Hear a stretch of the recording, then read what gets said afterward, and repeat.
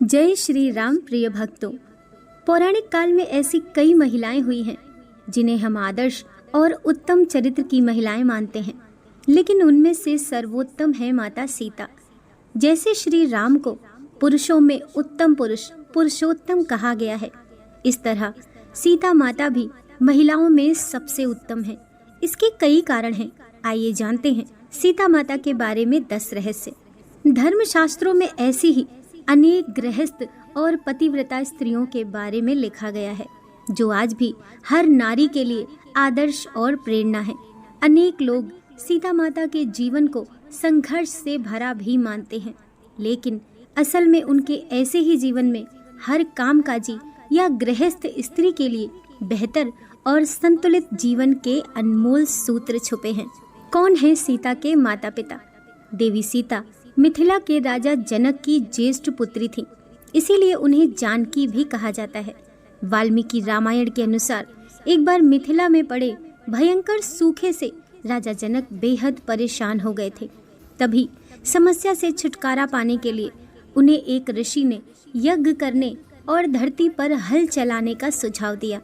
उस ऋषि के सुझाव पर राजा जनक ने यज्ञ करवाया और उसके बाद राजा जनक धरती जोतने लगे। तभी उन्हें धरती में से सोने की डलिया में मिट्टी में लिपटी हुई एक सुंदर कन्या मिली। उस कन्या को हाथों में लेकर राजा जनक ने उसे सीता नाम दिया और उसे अपनी पुत्री के रूप में अपना लिया। ये रहस्य आज भी बरकरार है कि सीता के माता पिता कौन हैं। अब आप देखिए कि ऐसी महिला जिसे अपने माता पिता के बारे में कुछ भी नहीं पता है, वह राजमहल में पली बढ़ी। इस देश में ऐसी कई बालिकाएं हैं जिन्हें उनके माता पिता मंदिर की देहरी, अस्पताल के बाहर या कचरे के ढेर पर छोड़कर चले जाते हैं। ऐसी बालिकाओं को अनाथ आश्रम में जगह मिलती है या भाग्यवश वे किसी अच्छे घर की बेटी बन जाती हैं। लेकिन सैकड़ों ऐसे भी हैं जो कि सड़क पर अकेली ही भटक रही हैं।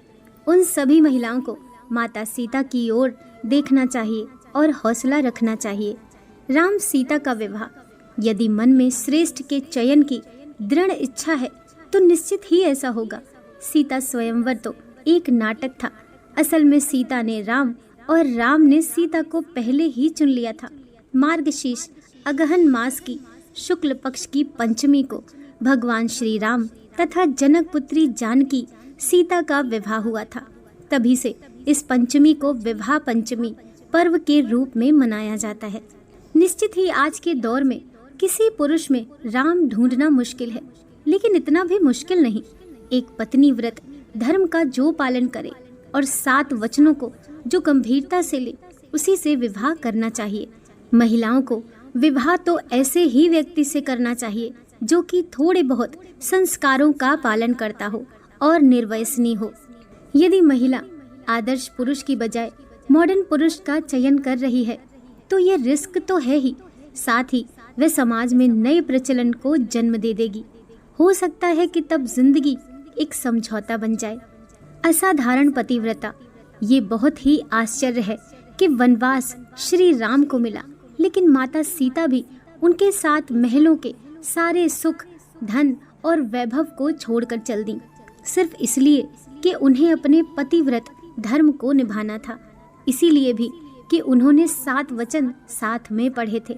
उस काल में वन बहुत ही भयानक हुआ करता था, वहाँ रहना भी कठिन था, लेकिन माता सीता ने राम के साथ ही रहना स्वीकार किया।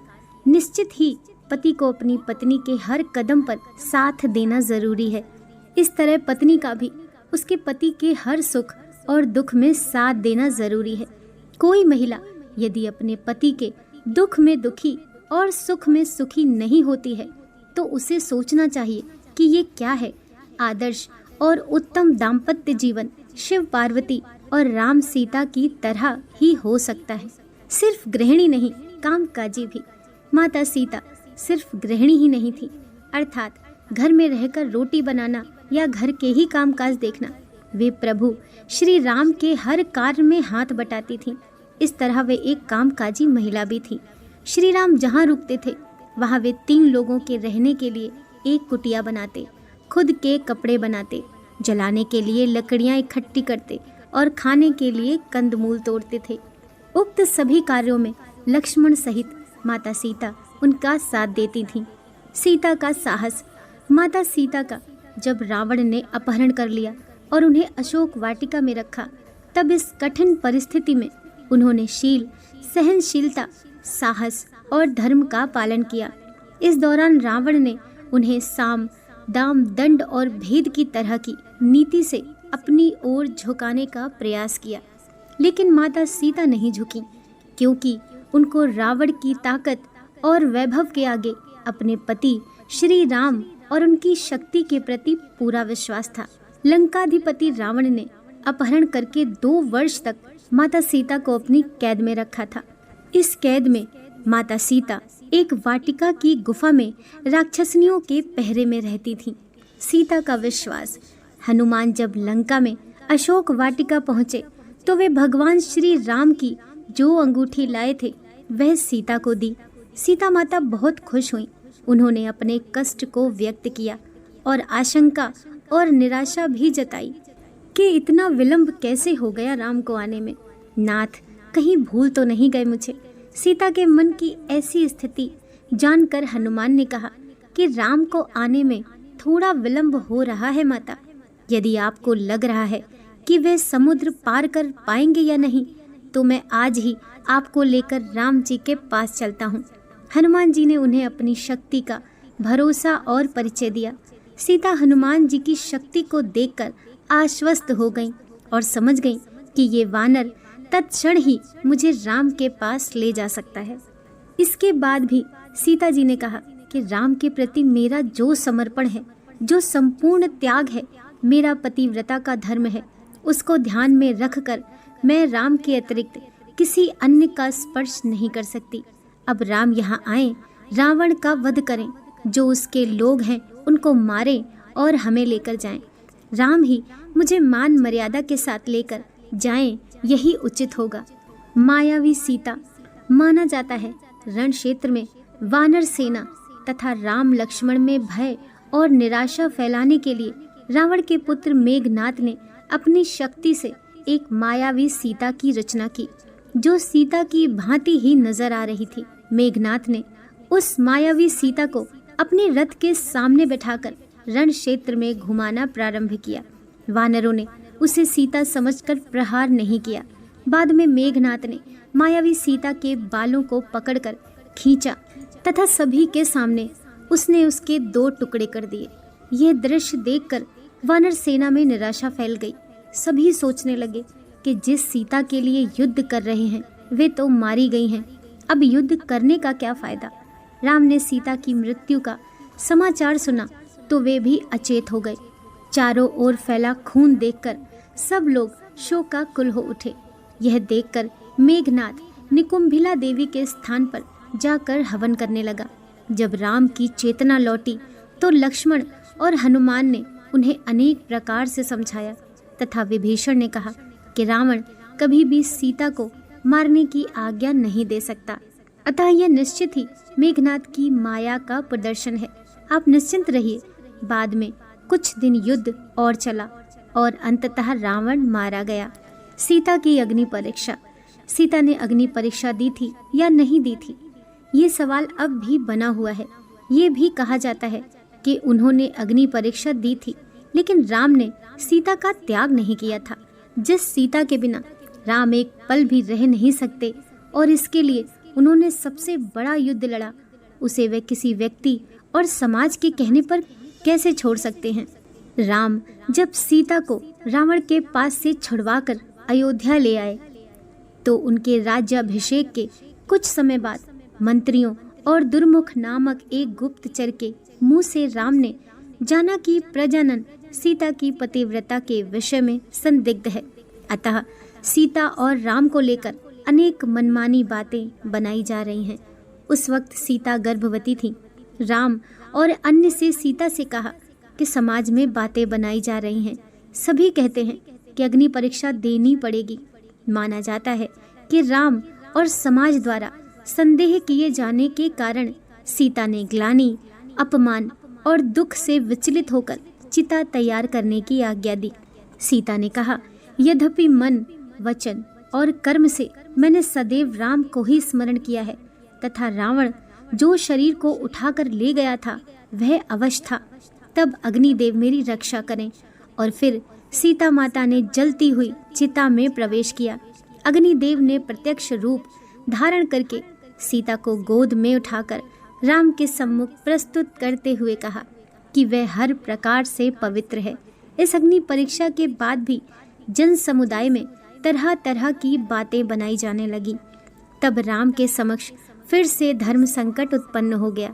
वाल्मीकि आश्रम में सीता जब गर्भवती थी तब उन्होंने एक दिन राम से एक बार तपोवन घूमने की इच्छा व्यक्त की, किंतु राम ने वंश को कलंक से बचाने के लिए लक्ष्मण से कहा कि वे सीता को तपोवन में छोड़ आएं।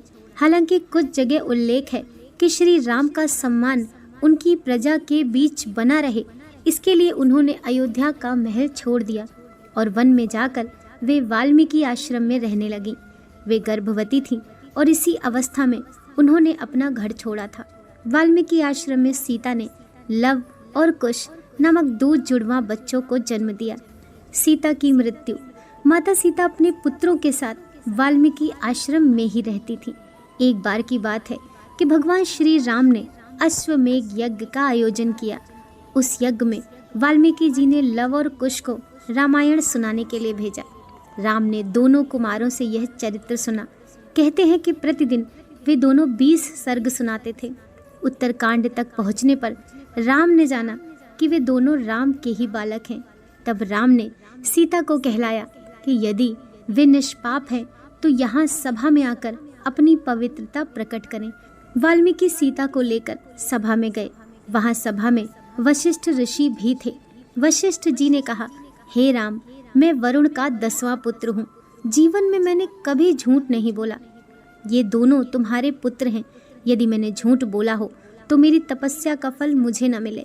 मैंने दिव्य दृष्टि से उसकी पवित्रता देख ली है। सीता हाथ जोड़कर नीचे मुख करके बोली, हे धरती माँ, यदि मैं पवित्र हूँ तो धरती फट जाए और मैं उसमें समा जाऊं। जब सीता ने ये कहा तब नागों पर रखा एक सिंहासन पृथ्वी फाड़ कर बाहर निकला। सिंहासन पर पृथ्वी देवी बैठी थी। उन्होंने सीता को गोद में बिठा लिया। सीता के बैठते ही वह सिंहासन धरती में धंसने लगा और माता सीता धरती में समा गईं। हालांकि पद्म पुराण में इसका वर्णन अलग मिलता है। पद्म पुराण की कथा में सीता धरती में नहीं समाई थी, बल्कि उन्होंने श्री राम के साथ रहकर सिंहासन का सुख भोगा था और उन्होंने भी राम के साथ में जल समाधि ले ली थी। इन बातों का निचोड़ यही है कि आज की स्त्री भी सीता के पावन चरित्र की तरह ही सेवा, संयम, त्याग, शालीनता, अच्छे व्यवहार, हिम्मत, शांति, निर्भयता, क्षमा और शांति को जीवन में स्थान देकर कामकाजी और दाम्पत्य जीवन के बीच संतुलन के साथ सफलता और सम्मान भी पा सकती है। दोस्तों, वीडियो पसंद आई हो तो लाइक कीजिए, चैनल को सब्सक्राइब कीजिए। मिलते हैं नेक्स्ट वीडियो के साथ। जय श्री राम।